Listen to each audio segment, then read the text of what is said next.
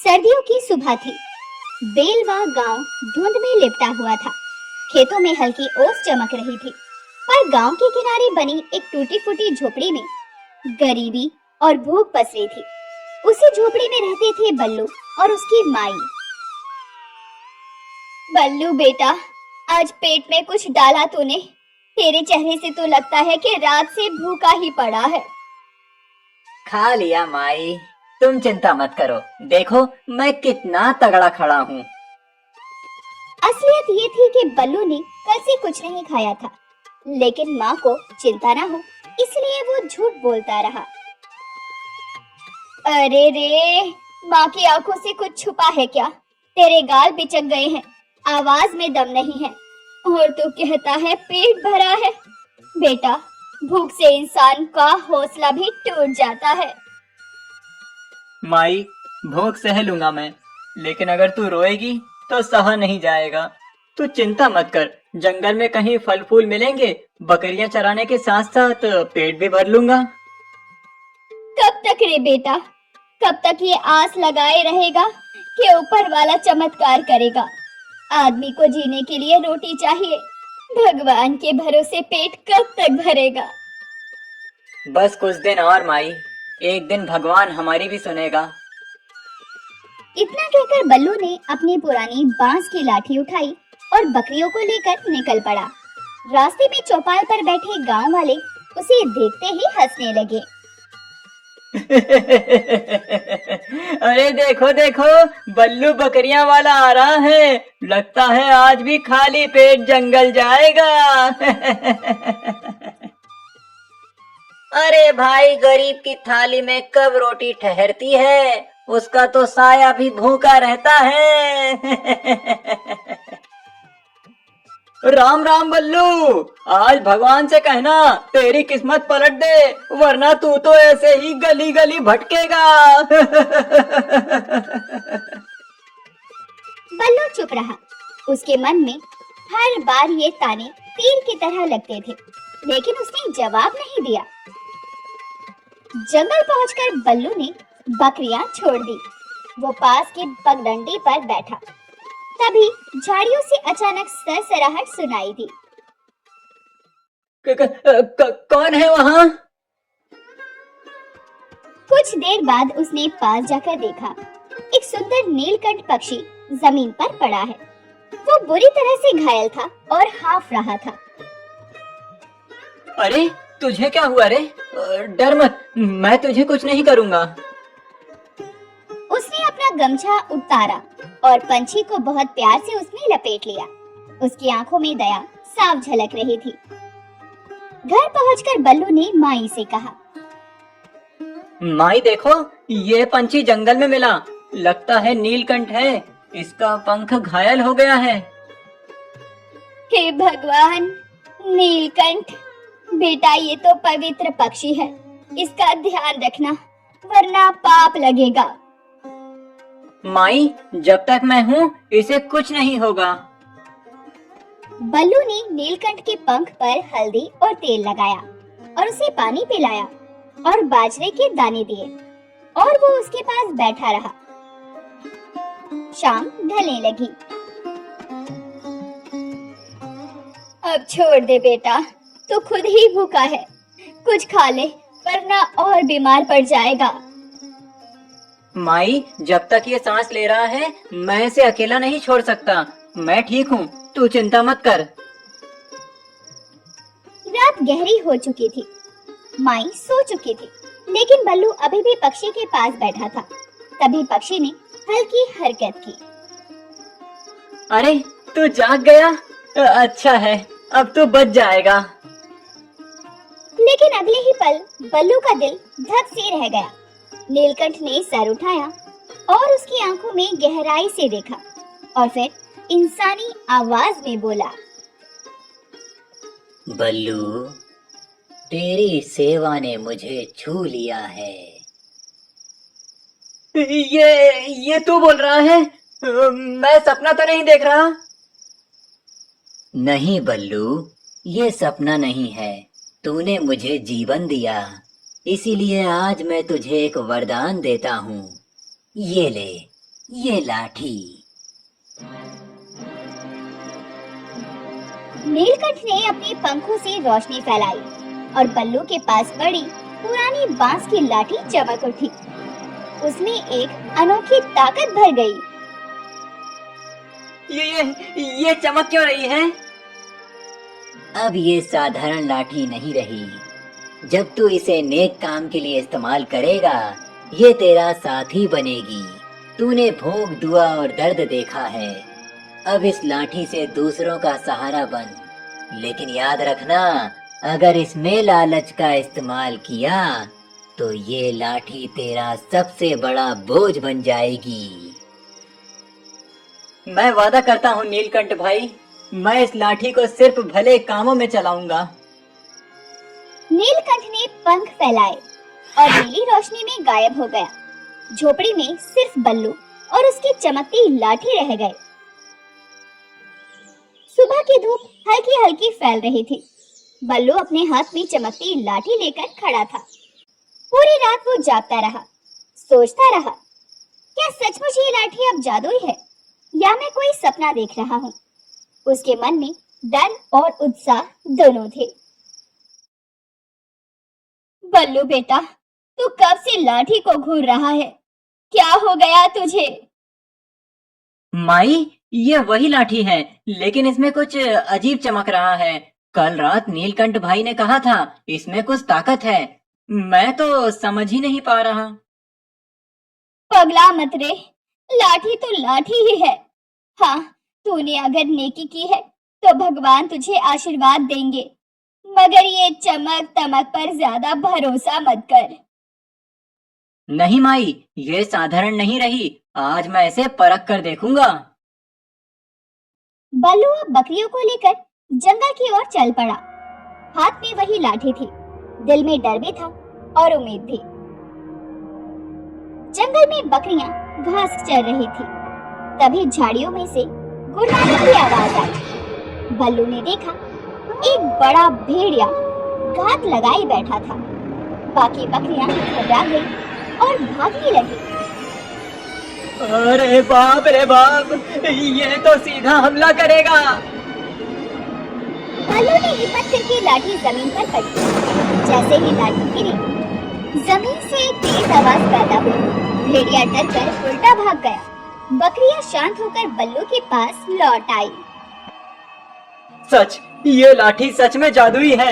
भेड़िया ऐसे ही भाग गया। हे भगवान! कुछ देर बाद बल्लू को भूख लगी। पेट में अजीब सी जलन होने लगी। माई तो भूखी है, मैं भी भूखा हूँ। काश थोड़ी रोटी मिल जाती। उसने फिर लाठी जमीन पर टेकी और मन ही मन सोचा, थोड़ा खाना मिल जाए। तभी उसके सामने पत्तों से बनी एक थाली प्रकट हो गई, जिसमें बाजरे की रोटियां और थोड़ा दूध रखा था। अरे वाह, ये तो सच्ची रोटियां हैं और दूध भी। शाम को बल्लू वो रोटी और दूध लेकर घर पहुंचा। बल्लू, ये रोटियां कहाँ से आई? मैंने तो कुछ पकाया ही नहीं। माई, बस समझ ले कि भगवान ने भेज दी।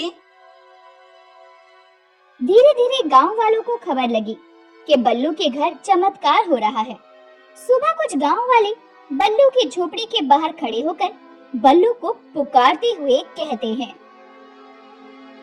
बल्लू भाई, सुना है तेरे पास कोई ऐसी ताकत आ गई है कि भूखा पेट भर सकता है। मेरे बच्चे ने कल से कुछ नहीं खाया। तू गरीब है, हम भी गरीब हैं। तेरा भला हो, हमें थोड़ा दे दे। तभी बल्लू बाहर आकर कहता है, भैया बहन, जो मुझे मिला है वो सबके लिए है। इतना कहकर उसने लाठी जमीन पर टेकी। अचानक वहाँ अनाज की छोटी सी गठरी और रोटियां प्रकट हो गई। गांव वाले खुशी से झूम उठे। बल्लू भाई, तू तो देवता निकला, भगवान तेरा भला करे। तूने हमारे बच्चों का पेट भर दिया बल्लू, अब हमें भूख से डर नहीं लगेगा। रात को झोपड़ी के अंदर बल्लू और माई बैठे थे। तभी माई ने धीरे से बल्लू को कहा, बल्लू बेटा, आज गांव वाले तुझे दुआएं दे रहे थे, पर याद रख, वरदान हमेशा नेकी के काम में ही काम आता है। ये चीज बहुत जिम्मेदारी की है। माई, मैं वादा करता हूँ, जब तक जिंदा हूँ इस लाठी से सिर्फ भूखों का पेट भरूंगा और मुसीबत से बचाऊंगा। बस बेटा, यही तेरी सबसे बड़ी अमीरी है। कुछ दिनों में ही बल्लू और उसकी लाठी का चमत्कार पूरे गांव में चर्चा का विषय बन गया। लोग चौपाल पे अब सिर्फ उसकी ही बातें करते थे। भैया, बल्लू की लाठी से तो भूख मिट रही है, अब गांव में कोई बच्चा रोता नहीं। अरे हाँ, अब चूल्हे में धुआं उठता है, औरतें गुनगुनाती हैं, ये सब बल्लू की वजह से हुआ है। सिर्फ गांव ही क्यों, अगर राजा को पता चला तो वो तो बल्लू को अपने पास बुला लेगा। हाँ हाँ, अगर राजा खुश हो गया तो बेलवा गांव का नाम पूरे राज्य में रोशन होगा। मगर पास खड़ा साहूकार कालूराम ये सारी बातें सुनते ही चाल चलने का मन बना लेता है और उसने मन ही मन कहा, ये लाठी अगर मेरे हाथ लग जाए तो मैं पूरे जिले का मालिक बन जाऊंगा। इस गरीब के पास इसका कोई मतलब नहीं। अब रात को कालूराम बल्लू की झोपड़ी पर जा पहुंचा और बल्लू से मीठी आवाज में कहा, राम राम बल्लू भाई। अरे कालूराम भैया, इतनी रात गए, सब कुशल तो है? सब कुशल है रे, बस तुझे मिलने चला आया।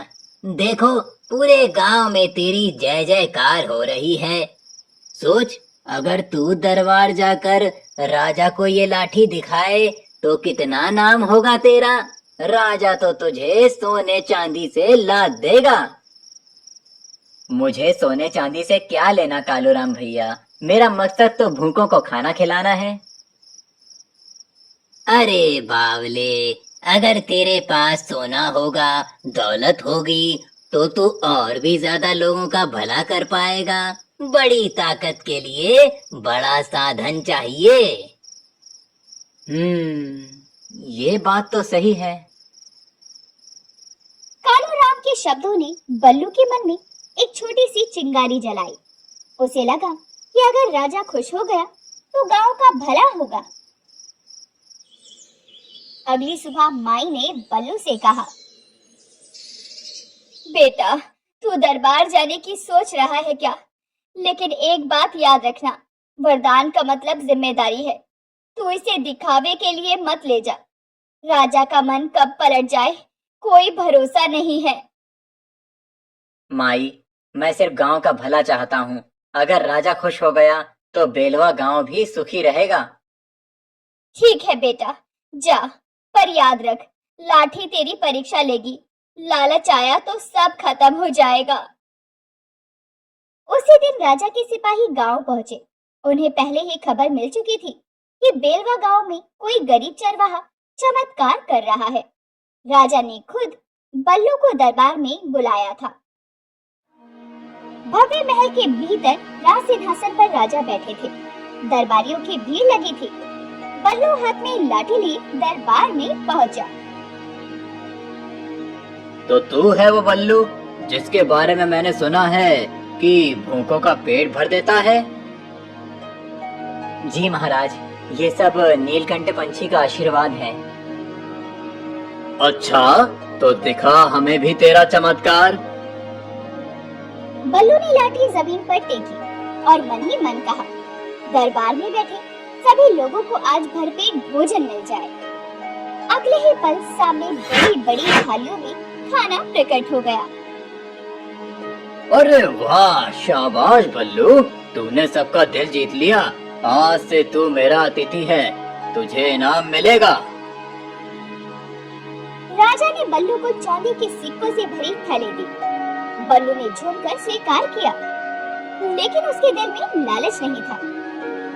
लेकिन कालू राम जो दरबार में ही मौजूद था और उसने ही राजा को ये जादुई लाठी वाली खबर बताई थी, अब उसने राजा के कान में फुसफुसा कर कहा, महाराज, ये लाठी तो सोना भी निकाल सकती है। इसे कहिए आपके खजाने को दोगुना कर दे। हाँ बल्लू, अगर तेरी लाठी इतनी शक्तिशाली है तो हमारे लिए सोने का पहाड़ बना। महाराज, ये लाठी भूख मिटाने के लिए है, धन बरसाने के लिए नहीं। तो तू हमारी आज्ञा टाल रहा है। महाराज, ये गरीब है, डर रहा है, इसे थोड़ा दबाव दीजिए, ये सब कर देगा। बल्लू के मन में उथल पुथल मच गई। माई की बात याद आई, लाठी तेरी परीक्षा लेगी। लेकिन उसने सोचा, अगर मैं सोना निकाल दूं तो राजा खुश होगा और गांव को फायदा मिलेगा।